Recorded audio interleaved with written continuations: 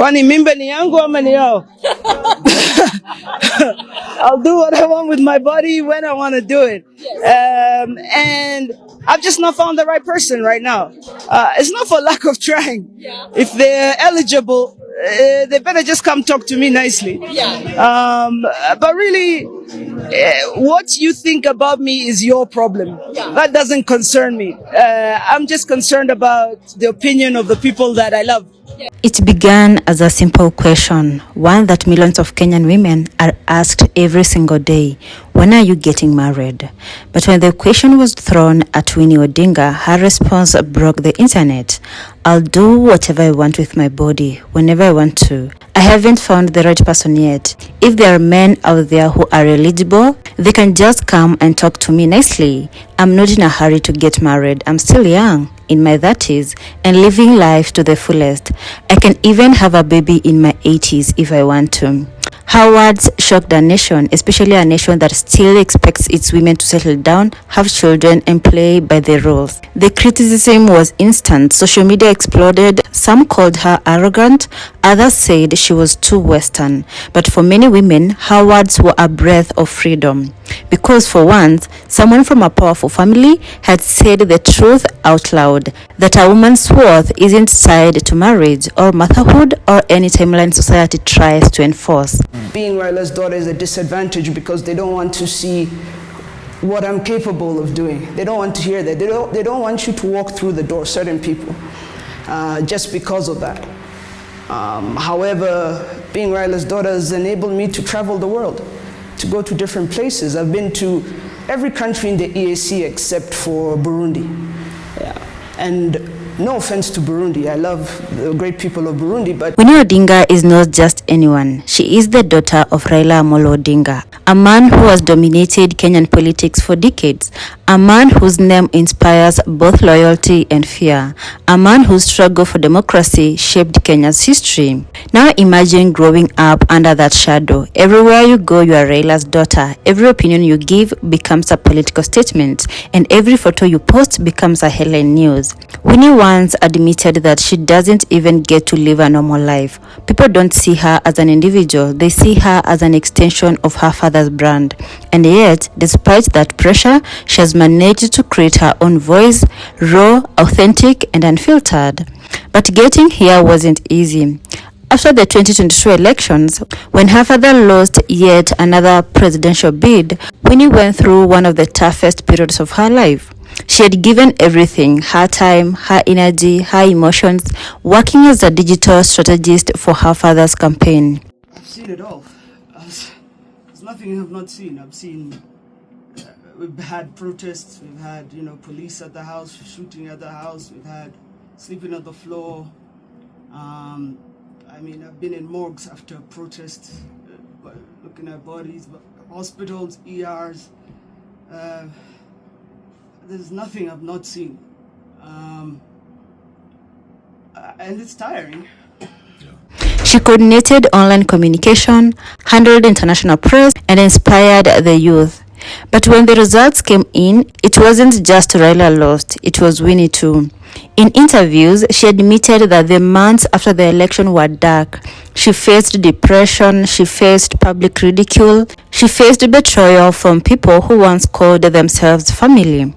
She said it felt like the world had fallen apart, and yet the cameras never stopped rolling.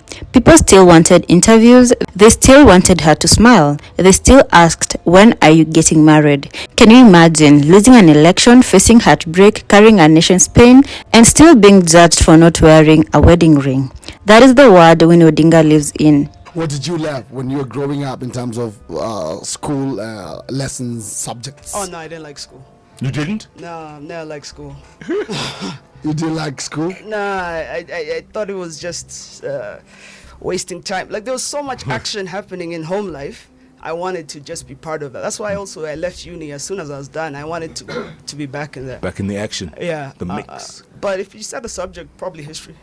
Yeah. Nice. Amazing. I love history. Yeah, I love you're his good. dates. You're dates. very good at Winnie is a granddaughter of Jaramogi Oginga Odinga, Kenya's first vice president and one of the boldest voices for independence.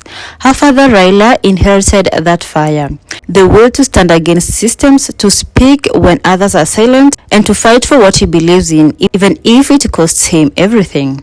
And then came Winnie, the last born, the one who watched it all. As a child, she saw her father get arrested. She saw her mother Ida Odinga stand firm and protect the family. She saw politics not just as speeches, but as a sacrifice. That is how she learned to be tough, to smile in public even when her heart is breaking, to keep going when the world calls her names. Because in the Odinga family, strength isn't optional, it is inherited. When most people think of Raila Odinga's campaigns, they picture rallies, convoys, and massive crowds. But behind those moments was a digital army. And at its center, Winnie Odinga. She ran communication channels, coordinated youth engagements, and helped shape her father's online image. Her intelligence, calm under pressure, and strategic mind earned her respect even from political opponents. But unlike most campaign managers, Winnie wasn't just fighting for voters. She was fighting for her father's dream and her family's name. When Azimio lost, the pain was personal, not just political. And in those quiet moments after the loss, she realized something, that she didn't just want to live in her father's story. She wanted to write her own. In late 2022, Winnie Odinga was nominated and later sworn in as a member of the East African Legislative Assembly. To some, it looked like nepotism. To others, it was a recognition of hard work and loyalty. But Winnie didn't care what people thought. She took her oath with pride, knowing she had earned her place. At Yala, she is focused on digital policy, youth representation, and regional cooperation. She is young, sharp, and unafraid to challenge outdated systems. But make no mistake, her new role didn't erase the pressure.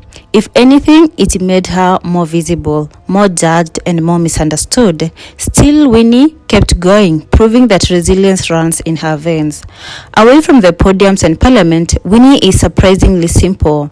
She loves art, she loves music, she enjoys late-night conversations, humor, and deep reflection. She has said that her happiest moments are when she is alone, away from cameras, reading, writing, or just breathing. But even in those quiet moments, the weight of expectation never fully disappears, because when you carry a name like Odinga, there's always a battle between who you are and who people expect you to be. Winnie Odinga is not just fighting political battles, she's fighting cultural ones too. In a society where women are often defined by marriage, motherhood, or appearance, Winnie is carving a new path. She is showing that leadership can look different, that you can be feminine and powerful, and that you can say no to pressure and still be respected. And perhaps that is what scares many people, a woman who knows her worth and refuses to be silenced, because in Kenya's political landscape, confidence in a woman is often mistaken for arrogance. But Winnie calls it what it truly is: freedom.